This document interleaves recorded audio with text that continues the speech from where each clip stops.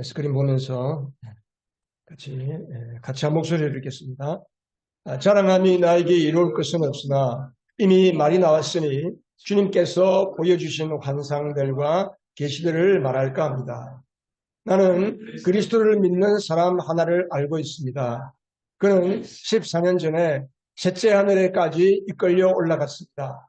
그때가 그가 몸 안에 있었던지 몸 밖에 있었는지 나는 알지 못하지만 하나님께서는 아십니다.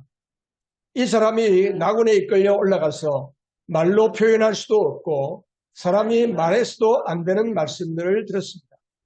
나는 이런 사람을 자랑하려고 합니다. 그러나 나 자신을 두고서는 내 약점밖에는 자랑하지 않겠습니다. 내가 받은 엄청난 계시들 때문에 사람들이 나를 과대평가할지는 모릅니다. 그러므로 내가 교만하게 되지 못하도록 하나님께서 내 몸에 가시를 주셨습니다. 그것은 사탄의 하수인이라 할 수 있는데 그것으로 나를 치셔서 나로 하여금 교만해지지 못하게 하시려는 것이었습니다. 나는 이것을 내게서 떠나가게 해달라고 주님께 3번이나 간청하였습니다. 그러나 주님께서는 내게 이렇게 말씀하셨습니다. 내 은혜가 네게 족하다. 내 능력은 약한 데서 완전하게 된다. 그러므로 그리스도의 능력이 내게 머무르게 하기 위하여 나는 더욱더 기쁜 마음으로 내 약점들을 자랑하려고 합니다. 그러므로 나는 그리스도를 위하여 병약함과 모욕과 궁핍과 박해와 혼란을 겪는 것을 기뻐합니다. 내가 약할 그때에 오히려 내가 강하기 때문입니다. 아멘. 여러분, 누가 이유도 없이 여러분의 뺨을 때린다면 여러분 어떻게 하시겠습니까? 고린도 교회는 고린도 교회 안에 들어온 거짓 사도들, 거짓 교사들이 정신 나간 말로 자기 자랑을 쏟아내면서 고린도 교인들을 미혹했지만 고린도 교회 사람들은 그 앞에서 깹소리도 못하고 마치 그들에게 종이라도 된 듯이 뺨을 때려도 그냥 맞고 있었습니다. 바울이 얼마나 속이 터졌는지 모릅니다. 물론 그들이 그들의 뺨을 때린 건 아니겠지만 뺨을 때리듯이 모욕을 당하고 그 짓으로 미혹해도 그들이 잘 또 받아들였다는 이야기입니다. 바울이 얼마나 속이 터졌겠어요. 여러분의 자녀가 누군가에게 사기를 당하고 돈을 떼도 아무렇지도 않을 부모가 있습니다. 누군가에게 어려움을 당하고 그 짓으로 속아 넘어가고 있는데 그걸 모르고 있다. 그럼 여러분 어떻게 했어요? 얼마나 속이 분통이 터지겠어요? 이건 안 그렇습니까?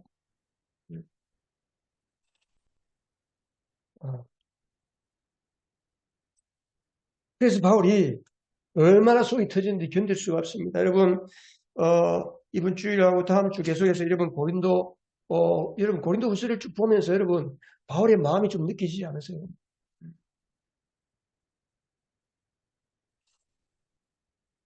바울이 얼마나 속이 괴로운지 몰라요. 그래서 부끄럽지만 나도 한번 터놓고 내 이야기 좀 해야 되겠다. 내 자랑 좀 해야 되겠다. 바울이 지금 그렇게 지금 이야기하고 있습니다. 네. 음.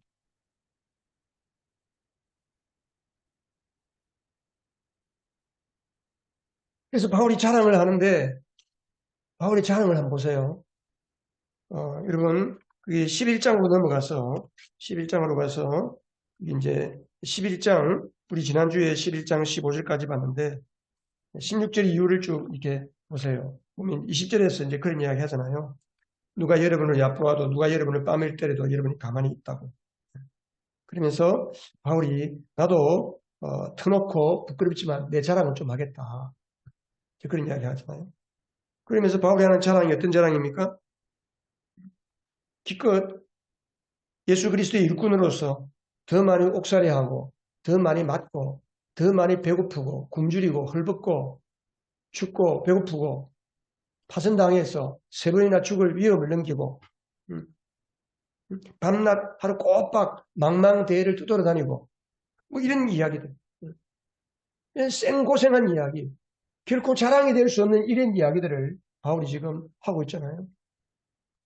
성경을 한번 보세요. 성경을 펴놓고 말씀 들으세요.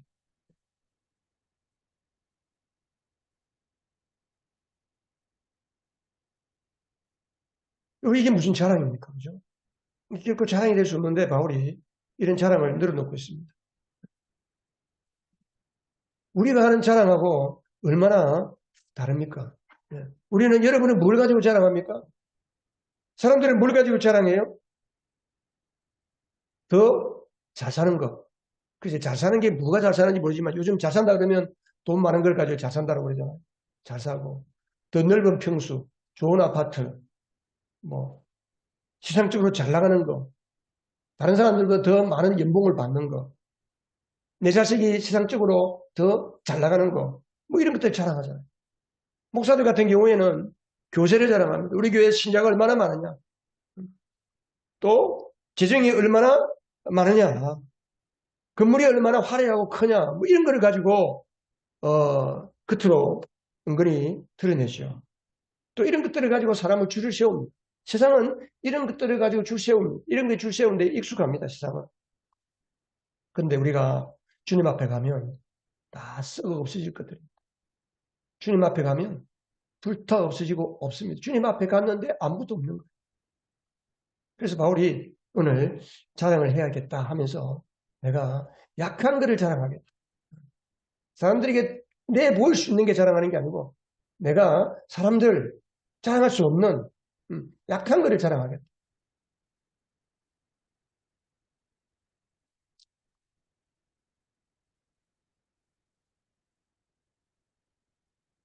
이제 바울이 11장 30절 이하에서 이제 그런 이야기, 특히 32절부터 보면 다마스쿠스에 있는 아레다 왕의 총리가 나를 잡으려고 다마스쿠스 성을 지키고 있었으나 교우들이 나를 광주리에 담아서 성벽으로 달아내린 거, 이제 그 이야기를 하고 있습니다.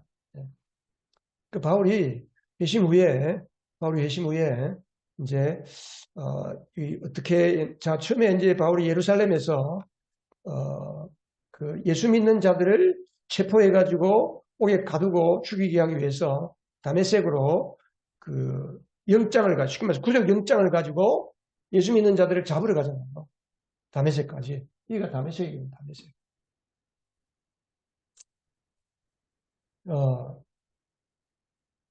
근데 이제 다메섹에 가다가 다메섹에 다가서 언덕을 넘어가는데 주님을 만났잖아요.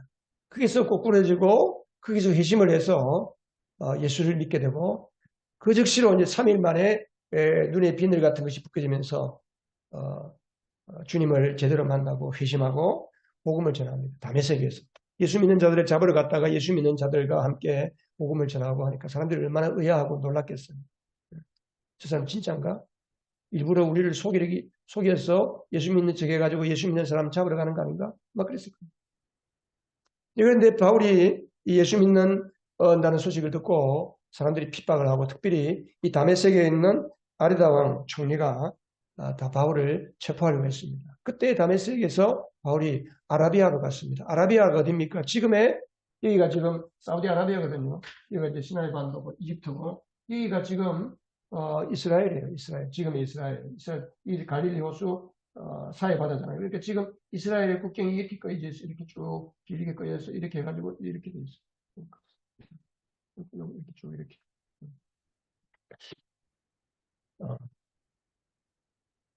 이제 다음에 아라비아로 사우디아라비아인데 이 아라비아는 사우디아라비아. 이 아라비아에 가서 3년 동안을 집거하면서 주님을 깊이 만납니다. 주님을 묵상하고 명상하고 주님을 만나고 그래서 이제 3년 뒤에 예루살렘으로 와서 주의 사도들을 만나려고 갔습니다. 근데 그 12사도들을 만나주지도 않았습니다. 당신이 뭐 뭔데 우리를 만나려고 하느냐?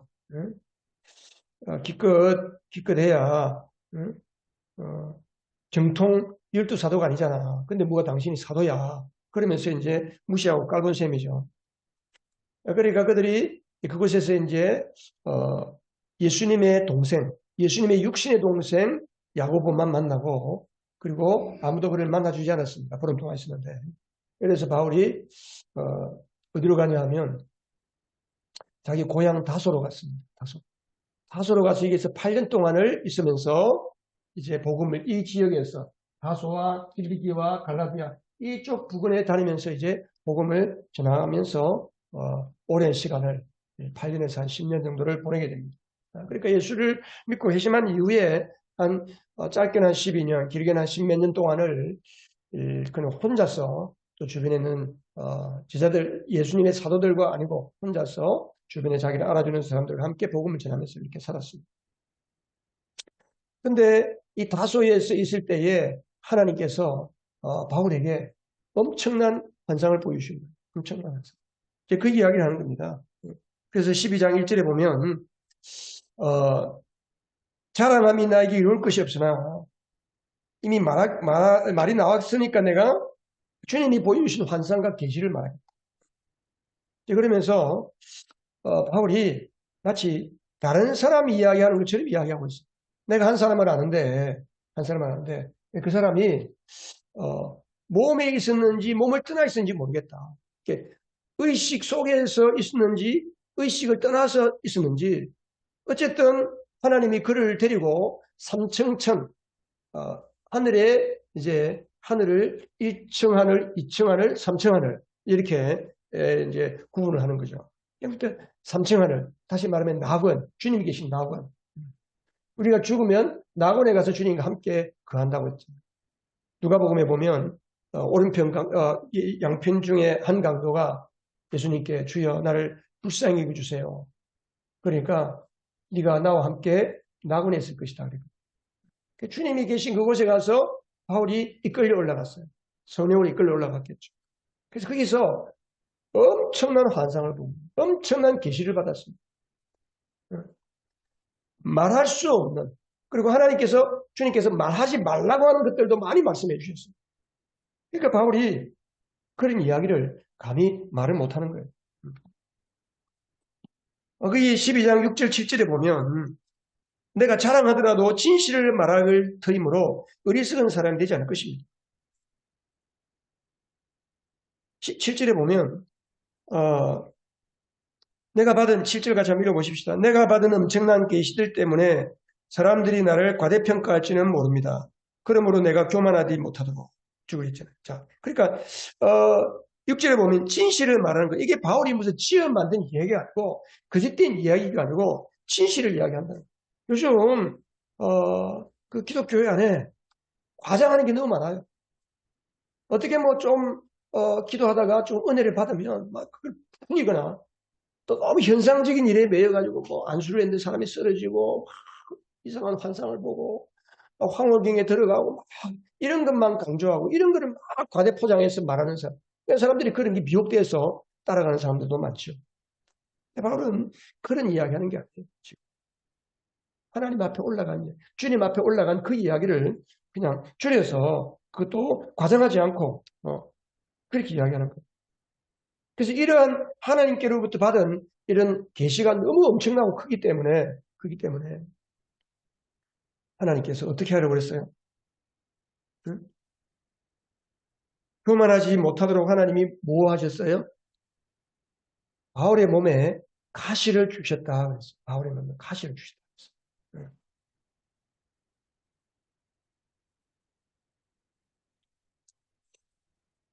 아마 이 사건이 있고 난 뒤에 그 큰 환란, 환상, 이거 계시를 보고 난 뒤에 그런 가시가 생겼는지 아니면 이미 바울에게 그런 가시가 있었는지를 우리가 잘 알 수는 없지만 어쨌든 바울에게 몸에 아주 감당할 수 없는 큰 가시 같은 어려움이 있었어요. 육신적인 고통, 질병이 있었다는 거죠. 이걸 바울이 사탄의 가시, 사탄의 하수인이라고 했어요. 여기에 가시, 내 몸에 가시를 주셨다. 이 가시는 우리가 말하는 조그마한 찌르는 가시 그걸 말하는 게 아닙니다. 원어상으로 보면 이 가시라는 말은 스콜롭스라고 하는 말, 스콜롭스라고 하는 말인데 긴 막대기를 말해요. 막대기 끝이 뾰족하고 긴 막대기. 그러니까 하나님이 바울에게 아주 끝이 뾰족한 긴 막대기를 찔러서 꽂아놓았다는 거예요. 얼마나 힘들겠어요.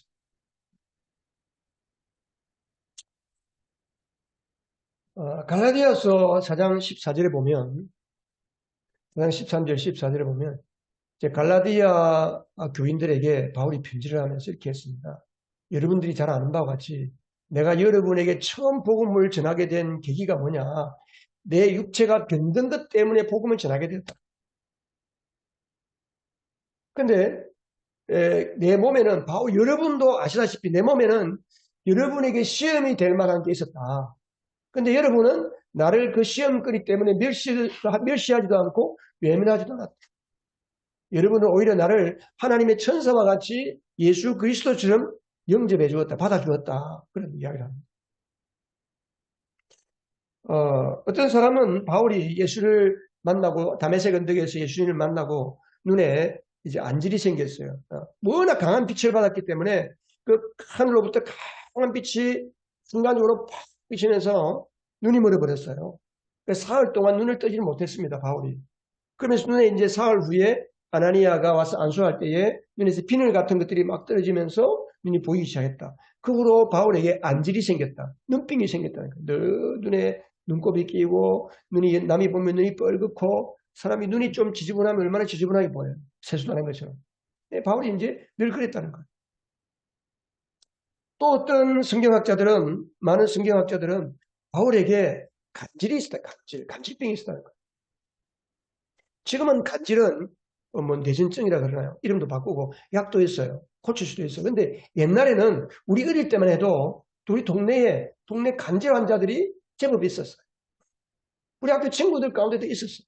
학교 공부하다가도 쓰러지고 눈이 획 돌아가고 그냥 거품을 흘리고 몸을 막 뒤트고 이런 사람도 있었어요. 이때는 고대니까 얼마나 이런 게 많았겠어요. 그때 약도 없죠. 심지어 유대인들은 간질을 하면 귀신이 들렸다고 이야기했어요. 그 정도로 바울에게 그런 게 있었다는 거예요. 설교하다가 바울이 말씀을 전하다가 갑자기 간질을 앓는다, 간질을 한다 그러면 어떻게 했어요? 바울이 전하는 복음을 듣겠어요? 지 병 하나도 못 고치면서 무슨 하나님의 능력을 이야기하나 그러지 않았겠어요? 그런데 갈라디아 성도들은 바울을 잘 받아주었어요. 마치 하나님의 천사를 대하는 것처럼 바울을 존경하고 예수님을 대하는 것처럼 바울을 그렇게 받아들여 줬다는 거예요. 로마의 시저, 그리고 크롬멜 장군, 그리고 나폴레옹, 이런 역사의 위대한 사람들도 다 간질이 있었습니다. 간질. 특히 나폴레옹 같은 경우는 간질이 있었기 때문에 전담병사가 늘 따라다니면서 나폴레옹이 간질을 한다 그러면 바로 달려들어서 입에다가 재갈을 물려가지고 이빨이 부서지지 않도록, 이빨을 다치지 않도록 전담병사가 따라다닐 정도로 이 유명한 그런 역사에 알 수 있는 그런 사람들도 이 간질을 알았다고 합니다. 여러분, 내가 설교하다가 갑자기 픽 쓰러져 가지고 눈이 획 돌아가고 몸을 뒤틀고 그렇게 해보세요. 여러분, 우리 교회 나오겠어요? 목사가 저런데 무슨 아마 다 떠날 거예요. 이 자리에 계신 분은 안 떠날지 모르겠지만 어떤 분은 그렇다고 그래요. 목사님이 간질을 앓는데 설교하다가 예배인도 하다가 몸에 사인이 딱 오면 이제 사모님 보고 찬양 인도하라고 그러고 목사님이 자기 방으로 들어가는 거예요. 들어가서 5분이고 10분이고 다 이렇게 끝나고 몸이 정리가 되고 나면 그 나와서 또 말씀을 전했다는 거예요. 저는 그 목사님이 참 대단하고 훌륭하지만 그 외의 성도들이 진짜 훌륭한 분이다. 저는 그렇게 생각했어요. 근데 바울이 이런 자기의 약함 때문에 갈라디아에서 그 자기가 있는 그 다소와 아까 지도를 봤잖아요. 다소에서 조금 더 위에가 갈라디아 지역. 갈라디아 지역에 가서 복음을 전한 계기가 뭐냐? 자기에게 이런 육체적인 약함이 있기 때문에 전했다는 거예요. 하나님은 나같이 연약한 사람도 받아주시고 구원을 주시고 이런 복음에 엄청난 영광과 은혜를 주셨다. 우리에게 다 약함이 있다. 그러나 나의 약함을 하나님이 이렇게 쓰신다. 그러면서 복음을 전했다는 거예요. 바울은 자기의 약함이 있지만 하나님의 능력, 십자가의 복음, 십자가만을 자랑하고 살았다는 거죠. 그래서 바울이 이것을 위해서 어떻게 했습니까? 3번씩이나 기도했습니다. 이 8절에 나오잖아요. 8절에. 하나님께, 주님께 나에게서 이것을 좀 떠나게 해주세요라고 세 번을 기도했던 거예요. 세 번을 기도했는데 주님이 뭐라고 그러셨어요? 내 은혜가 뭐라고 그랬어요? 한번 읽어보세요. 내 은혜가 뭐라고 그랬어요? 예, 예. 여러분 성경을 펴놓고, 여러분의 성경책을 펴놓고 말씀을 들으세요. 자, 하나님께서, 하나님 아버지, 제발 나의 이 간지를 좀 없애주세요. 혹은 사람들이 지저분하게 보는 이 눈병을 좀 없애주세요. 라고 세 번이나 기도했다는 거예요. 여러분, 우리는 어때요?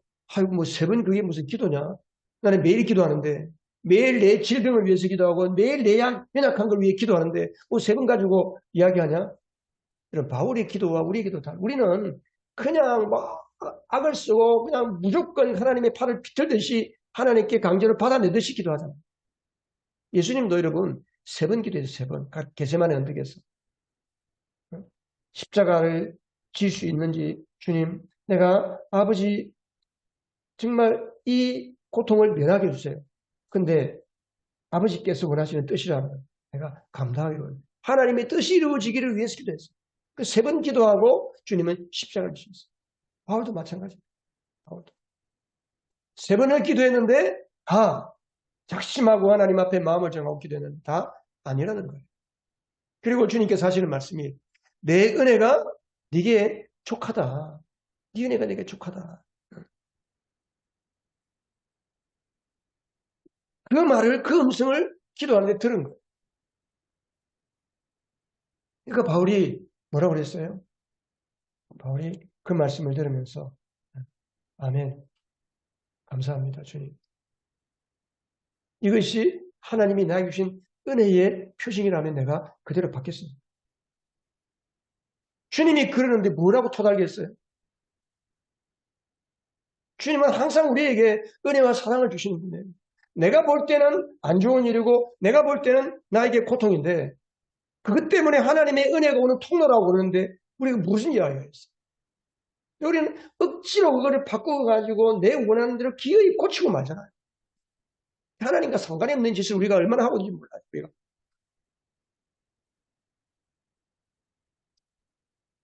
그러면서 주님이 뭐라고 했어요? 내 은혜가 네게 족하다. 내 능력은 하나님의 능력은 뭐에서 완전해진다? 약한 데서 완전해진다. 약한 데서. 하나님의 능력은 약한 데서 완전해진다.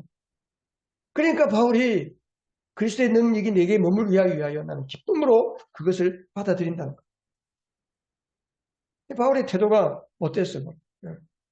우리 한번 읽어보십시다. 자, 바울이 뭐라고 했는지, 자, 여기 이 부분 고린도후서 12장 9절 10절 같이 한번 읽어보겠습니다.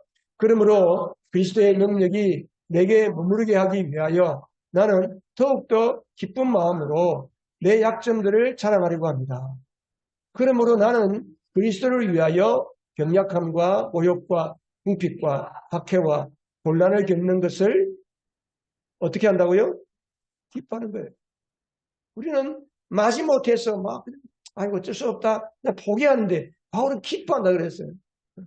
왜? 왜 그래요? 내가 약할 그때에 오히려 내가 강하기 때문이다. 내 약함이 내 약함이 하나님의 능력이 나타나는 통로가 되고 내 약점이 오히려 그 약할 그때가 강하기 때문이다. 바울이 그것을 깨달은 거예요. 기도하다가. 우리 같으면 무슨 좋은 병원 다 찾아다니고 수억을 들여서라도 노후 건강을 위해서라도 수억을 투자하면서 기 고치고 말겠다 그러지 않겠어요? 근데 바울은 아멘 하고 받아들이는 감사할 따름이에요.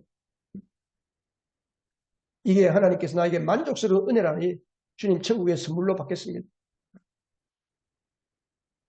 사람들이 나의 약함과 아픔과 이런 것들에 대해서 조롱하고 핍박하고 놀려도 손가락질해도 나는 그것을 기뻐하겠습니다. 바울은 그랬어요. 여러분, 우리의 믿음이 이런 믿음의 차원까지 올라갈 수 있기를 바랍니다. 사람들은 자기 약점을 얼마나 보완하려고 하는지 몰라. 고치려고 하는지 몰라. 세상은 강점으로 일하라 그래요. 약점은 숨기고, 약점은 하지 말고, 단점을 죽이고, 강점을 개발해라. 그래서 약점을 뜯어고치는 사람들. 약점을 위해서 뜯어고쳐요, 뜯어고쳐. 어떻게 뜯어고쳐요? 제일 잘하는 게 숨기는, 자기 약점을 가급적이면 숨기는 거예요. 심지어 거짓말로 포장하는 거예요. 사람들은 보면 다 알아요. 저 사람이 어디가 약점인지, 뭐가 문제인지 다 보면 알잖아요.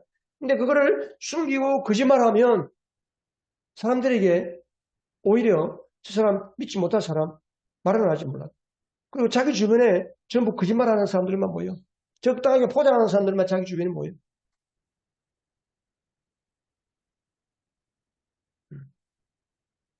그리고 사람들은 자기 약점을 자기의 힘과 수고를 들여서 뭘 어떻게 하든지 뜯어고치려고 온갖 상담을 찾아가서 왜 내가 이랬는지 문제가 무엇인지를 다 듣고 그리고 문제를 알면 어떡할 거예요? 이때까지 그렇게 사는데 문제를 한다고 문제를 여러분이 힘으로 고칠 수 있겠습니까? 못 고쳐요. 내가 문제를 뭐가 문제인지 원인 분석을 하고 이것을 극복하려면 어떻게 해야 되는지 목표를 설정하고 그 목표를 설정하기 위해서 어떻게 해야 되는지 내가 매일매일 이렇게 하겠다 저렇게 하겠다 목표를 세우고 그래서 이 땅에 얼마나 많은 자기 개발 서적이 많은지 몰라요.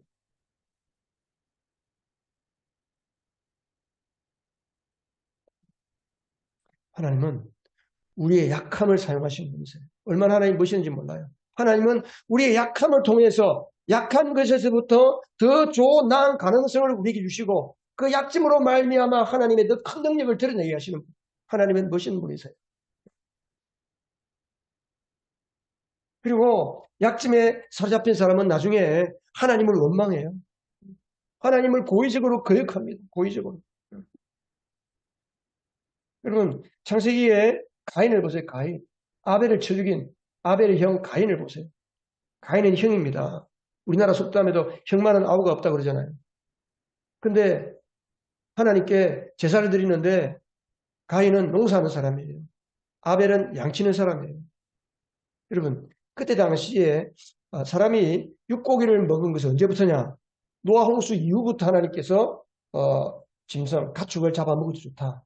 피채를 먹지 말라 하셨어요. 그러니까 홍수 이전에는 이 세상이 아열대성 기후, 온 지구 전체가 아열대성 기후였기 때문에 어디를 가도 항상 열매가 많았습니다. 풍성했습니다. 그 야채, 과일, 채식을 했습니다. 그 당시에. 그런데 왜 양을 칩니까? 왜 아벨을 특별히 아벨에게 너는 양을 쳐라 그랬을까요? 그건 하나님 앞에 제물로 드려지는 것을 위해서 양을 치는 거예요. 제물로 피를 흘려서 하나님께 범죄한 자는 반드시 피 있는 제사를 통해서만 하나님께 나아갈 수 있다. 하나님께서 너희들이 나에게 올 때마다 피를 내어서 피 있는 제물을 잡아서 피를 가지고 나에게 오너라. 하나님이 그들에게 주신 하나님을 예배하고 하나님을 만날 때의 방식. 그래서 아벨은 양을 친 거예요. 그러니까 아벨은 양으로 들었어요. 그러면 가인도 하나님을 예배할 때 뭘로 해야 돼요? 동생에 가서 농작물을 주고 양을 하나 바꿔 와서 양으로 드려야 돼요. 근데 가인은 철저하게 인간적인 생각을 한 거예요. 그러니까 농사가 너무 잘 되고 얼마나 이 아름답고 멋있는 맛있는 농산물인데 하나님 내가 제일 좋은 거 바치는데 뭐 하나님 뭐라고 그러겠어요? 순전히 예배를 해도 자기 생각으로 예배는 자기 생각, 자기 방식으로. 하나님께 우리가 가까이 가도 자기 방식으로 하나님께 가까이 가니까 하나님이 안 받으시는 거예요. 우리가 100번 기도해도 하나님 안 들으시는 거예요. 왜? 내 방식으로 기도하는 거예요. 하나님이 원하는 방식으로 하나님이 기뻐하는 방식을 가지고 하나님께 나가야 되는데 그러지 못하는 거예요. 그래서 하나님께서 가인의 예배를 받지 않으니까 어떻게 돼요? 가인이 몸둘 바를 몰랐어요. 하나님 앞에 막 창피한 거예요. 죽음이라도 있으면 파고들을 숨어 들어가고 싶었어요. 자신의 치명적인 약점이 노출됐죠. 그러니까 아벨을 볼 때마다 비교가 되는 거예요. 비교하고. 약점 있는 사람은 항상 다른 사람들과 비교하게 됩니다. 주로.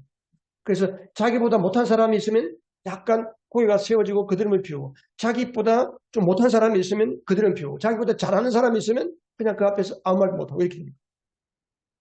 사람이 약점을 따라 살고 부정적인 것을 따라 살고 염려와 근심, 걱정에 내어 살면 인생이 이렇게 불행해지는 거예요. 근데 많은 사람들이 약점, 걱정, 두려움, 장래의 두려움, 장래 두려움 때문에 현재를 불행하게 산다니까요. 예수 믿는 사람들도 그렇게 살고 있어요. 장래의 두려움. 내가 나이가 이것밖에 안 되는데 앞으로 내가 돈을 벌면 얼마나 벌겠나. 지금 열심히 벌어야지. 내가 노후대 책임는데 지금 열심히 해야지. 제대로 섬기지 않고 그냥 자기 방식으로 산다니까요.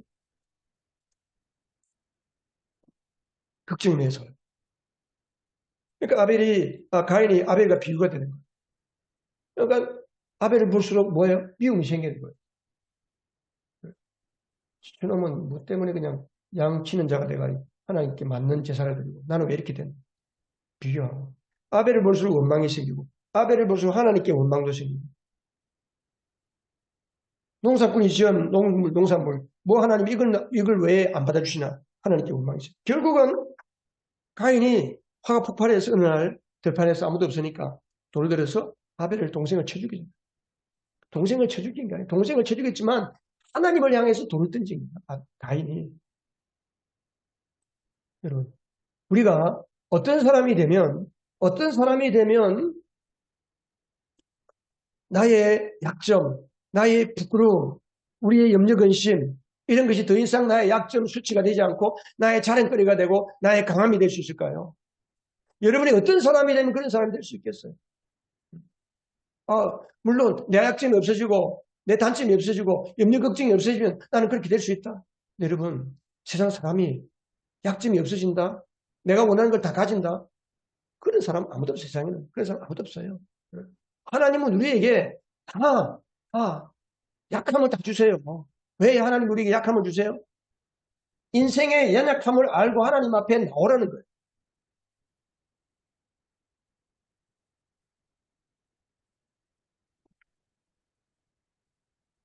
하나님이 우리에게 이런 약함을 주셨다.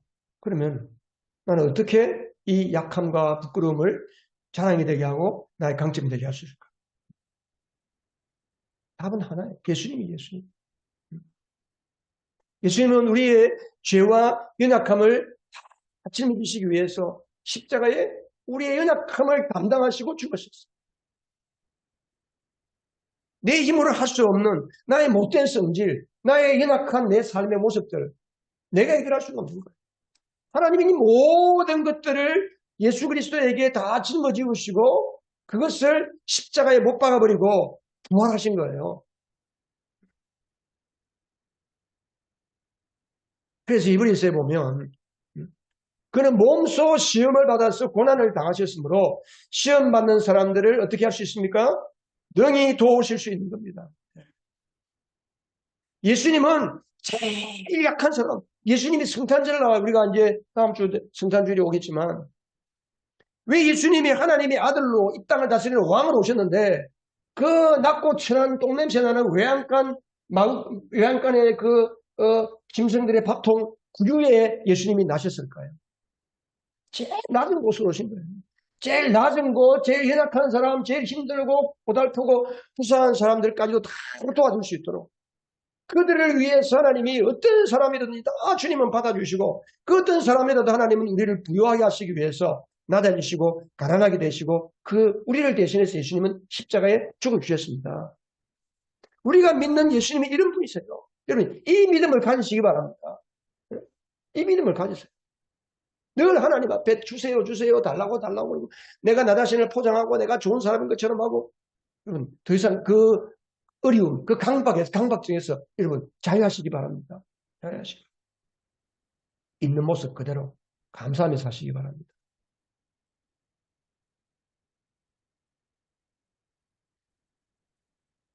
히브리서 4장 15절 같이 한번 읽어보겠습니다. 우리의 대제사장은 우리의 연약함을 동정하지 못하시는 분이 아닙니다.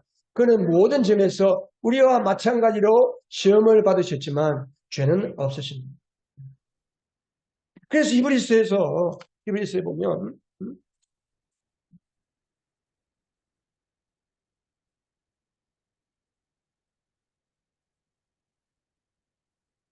히브리서 15장 4장 16절 4장 16절 4장 16절 찾으시면 같이 한번 읽어보십시다. 그러므로 우리는 담대하게 은혜의 보좌로 나아갑시다.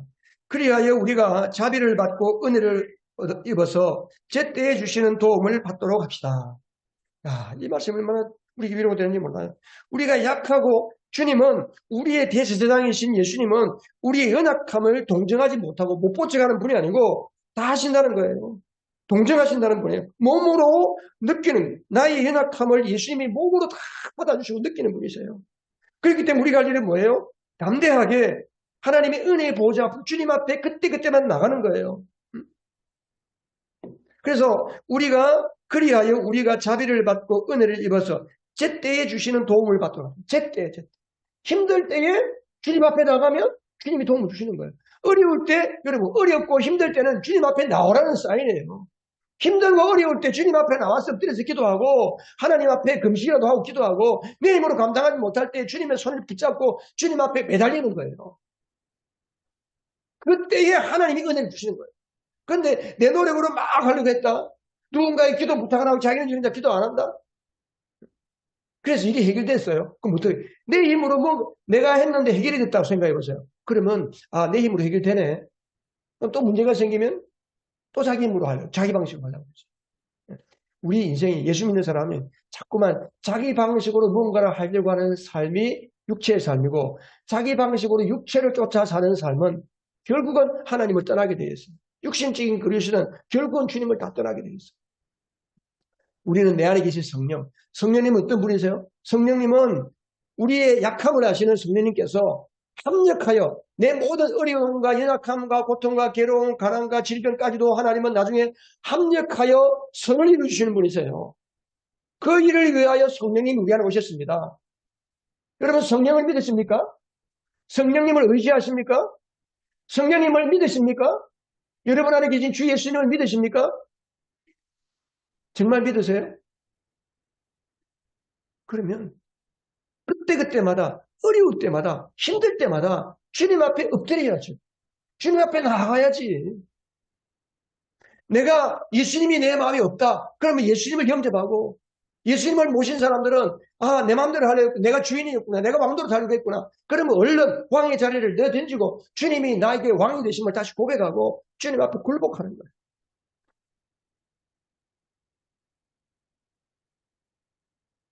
우리가 주일마다 하나님 앞에 나와서 예배를 하는 것이 그런 거예요.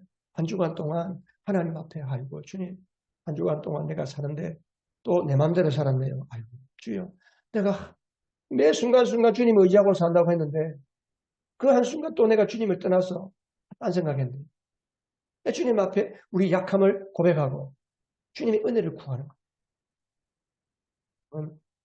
그때에 그때마다 필요한 그때에 하나님의 은혜를 받을 수 있는 복이 여러분 가운데 있기를 바랍니다. 제때에 하나님의 은혜를 받는 것 이상의 큰 복이 없습니다. 때 지나고 나서 주시면 뭐예요? 다 지나갔는데 소용없습니다. 어려울 때에 하나님께 기도하는 거예요. 바쁠 때에 하나님을 더 붙잡는 거예요. 링컨이거든요, 링컨이.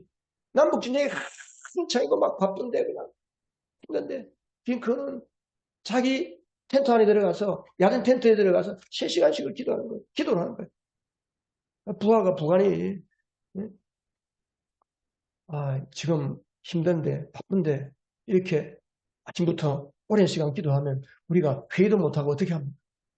바쁘기 때문에 힘들기 때문에 하나님을 더 붙잡는 거다. 그렇다는 거잖아요.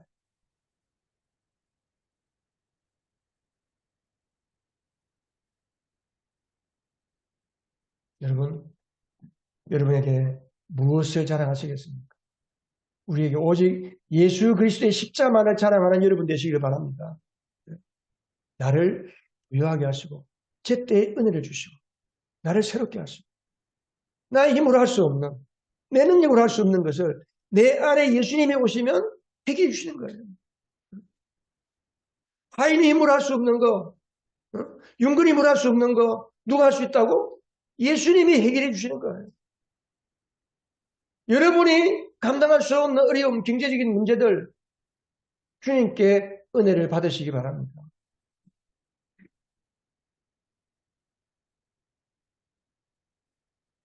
여러분에게 수치스러운 게 뭡니까?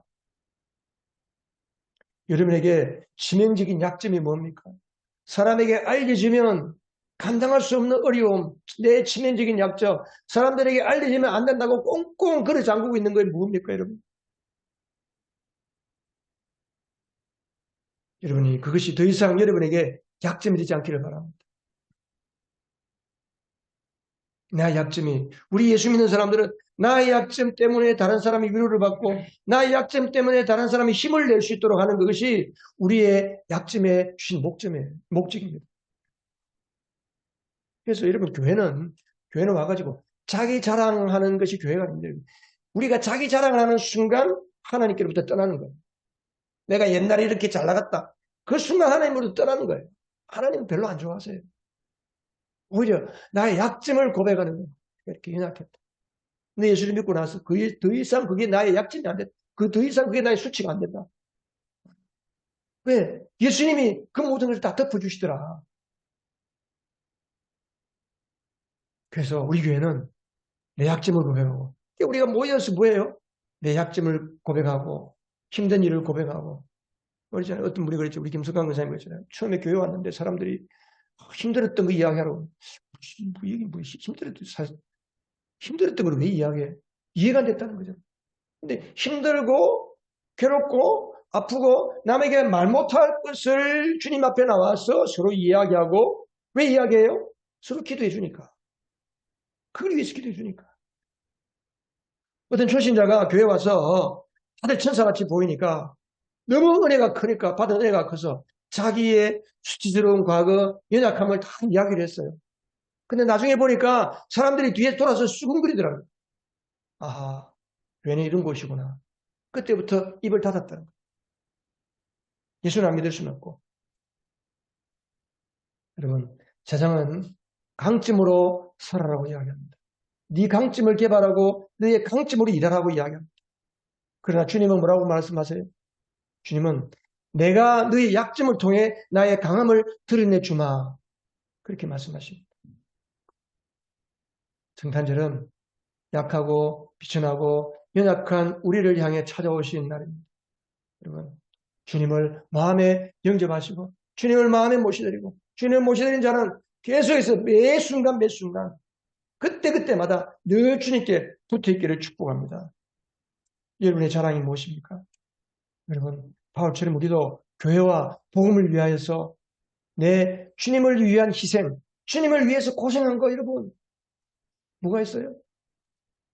주님 앞에 올라가면 주님 앞에 힘들고 교회를 나가면 예수를 믿으면서 교회를 섬기면서 정말 싫고 답답하고 왜 나만 이렇게 힘들게 살아야 되나? 왜 나만 이렇게 예수를 어렵게 믿어야 되나? 우리 교회는 왜 이렇게 힘들까? 그렇게 고민하고 괴로워하면서 섬기고 충성하고 수고한 그것이 나중에 주님 앞에 올라가 보니까 어마어마한 면류관이 되고 어마어마한 상급이 되더라고요. 히브리서 여러분 보세요. 히브리서 11장에 가면 히브리서 10장 보죠. 히브리 10장 32절 이하에 보면 이 초대교회 히브리서를 받아보는 그 성도들이 어떻게 살았어요? 그들은 때로는 모욕과 환난을 당하여 10장 33절 구경거리가 되기도 하고 그런 처지에 놓인 사람들이 친구가 되기도 하고 감옥에 갇힌 사람들과 고통과 함께 나누고 쭉 그런 이야기 나오잖아요. 심지어 그들이 어떻게 했어요? 톱으로 몸이 잘리는 그런 순환과 핍박과 죽음의 환난을 겪은 사람들입니다. 왜? 믿음 때문에. 근데 어땠어요? 11장 25절 26절 같이 한번 읽어보겠습니다. 오히려 그는 잠시 죄의 향락을 누리는 것보다 하나님의 백성과 함께 학대받는 길을 택하였습니다. 모세는 그리스도를 위하여 받는 모욕을 이집트의 재물보다 더 값진 것으로 여겼습니다. 그는 장차 받을 상을 내다보고 있었던 것입니다. 지금 예수님 때문에 여러분들이 당하는 희생이 있습니까? 예수님 때문에 받는 고초가 있습니까? 집에서 쫓겨났습니까? 사람들이 핍박합니까? 여러분, 주님께 받을 상급입니다. 여러분. 복음과 주님 나라를 위해서 썩지 않는 것을 위해서 더 많은 것을 헌신하고 더 많이 충성하고 더 많이 희생하시기 바랍니다. 더 많이 충성하시기 바랍니다. 여러분의 몸뚱아리 하나 편하게 하기 위해서 적당하게 예수 믿지 않기를 바랍니다. 오늘 우리 시대가 그런 시대가 됐어요. 그래서 주님 앞에 가서 영원히 누릴 큰 상급을 받는 우리 모두가 되시기를 주님 이름으로 축복합니다. 우리가 그런 사람들이 된다면 우리가 어떻게 우리도 고백할 수 있어요? 바울처럼 이렇게 고백할 수 있어요. 자, 같이 한 번 더 고백해보세요. 이게 여러분의 고백, 나의 고백이 되는 믿음을 한번 이야기해보세요. 읽어보세요. 시작. 그러므로 그리스도의 능력이 내게 머무르게 하기 위하여 나는 더욱더 기쁜 마음으로 내 약점들을 자랑하려고 합니다. 그러므로 나는 그리스도를 위하여 병약함과 모욕과 궁핍과 박해와 고난을 겪는 것을 기뻐합니다. 내가 약할 그때에 오히려 내가 강하기 때문입니다. 아멘.